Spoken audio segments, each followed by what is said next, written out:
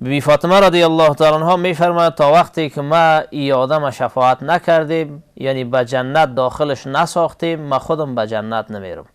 چرا در صحرای محشر خو انبیا و اولیاء همه قرآن، روزه، علما، شهدا، حافظای قرآن شفاعت میکنن، بناهن او شفاعت میکنه و ایره رهسپار بهشت میسازه. خدای پاک ما را توفیق بده که این نماز اگر روز بخوانیم هم میشه. خو اشرکاتی که چون میخوانیم به یک سلام، علما میفرمایند که از طرف شب خوانده شود، چون اشرکات یک را نیت کردن نماز را از طرف شب جایز است، روز جایز نیست. از طرف شب را بخوانیم در فضای امن و آرام با اوش و فکر.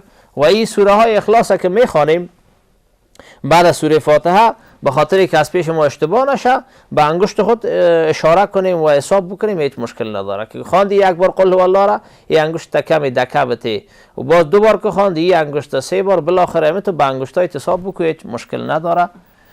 خدای پاک همه ما را توفیق بده.